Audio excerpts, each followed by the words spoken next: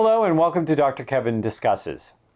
Today's question is actually the second part of a three-part question that we got from Kelly Renee off Facebook. You can go onto Facebook, go to My Dr. Kevin, my Facebook fan page, and you can ask a question there, or two or three, like Kelly did. You can comment in the comment field below.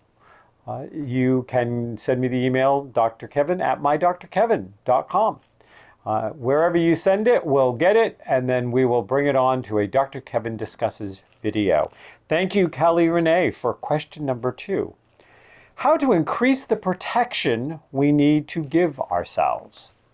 So there's a couple of different ways. First of all, I teach all of my clients pretty much, and even teach classes, and have written books on shielding, how to protect yourself and your personal energy. In the case of the book, actually, it was primarily authored by my former partner, but I wrote all of the shielding meditations and had several things in the book. It's called Invisible Armor.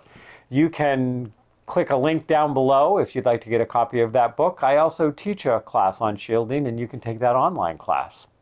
So the first thing is to shield. Do shielding on a daily basis, especially if you are an empath, somebody who is an emotional dumpster, who picks up everything around you. Then empathy is a psychic gift, but it's a gift with a double-edged sword attached to it, and it will swing both ways. So if you are an empath, you really must learn to shield if you're going to be happy and productive in this life.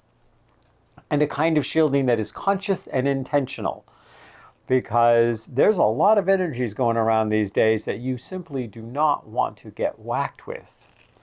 The other way that you can increase your protection, so to speak, as Kelly asked, is to increase your psychic abilities. Psychic's like a muscle. The more that you work with it, the more that it works with you, and the better it gets and the stronger it gets. When you are more in touch with your psychic abilities, you get a feeling, you get a warning, you understand that that is not a good alley to turn down, or now is not the right time to leave, even if the clock says so, because something tells you you need to wait. I have a client of mine that got a very strong message that she needed to slow down even if she was late when she was going somewhere. And she wasn't necessarily speeding, but she was really pushing as fast as she could. And she got the message and she didn't listen. In a car accident later, she had years of recovery from what happened in that accident. And I cannot tell you how many times she said to me, if I had just listened to my intuitive, I knew I needed to slow down. And she didn't. We oftentimes know what we need to do, but our intellect overrides it. It's not logical. We've got a good excuse. We've got a better reason. We're justified in our actions. And sometimes our actions justify us back, and we don't necessarily like the judgment that comes with that justification. So, do shielding.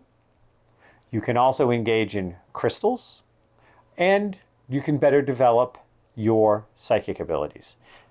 If you are interested in more information on developing your psychic abilities, I do have a DVD and I have an online psychic development class. You can find those both in the links below as well.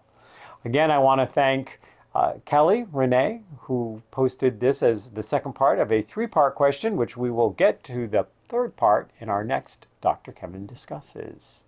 Until then, be well, stay safe, have a great day, and namaste.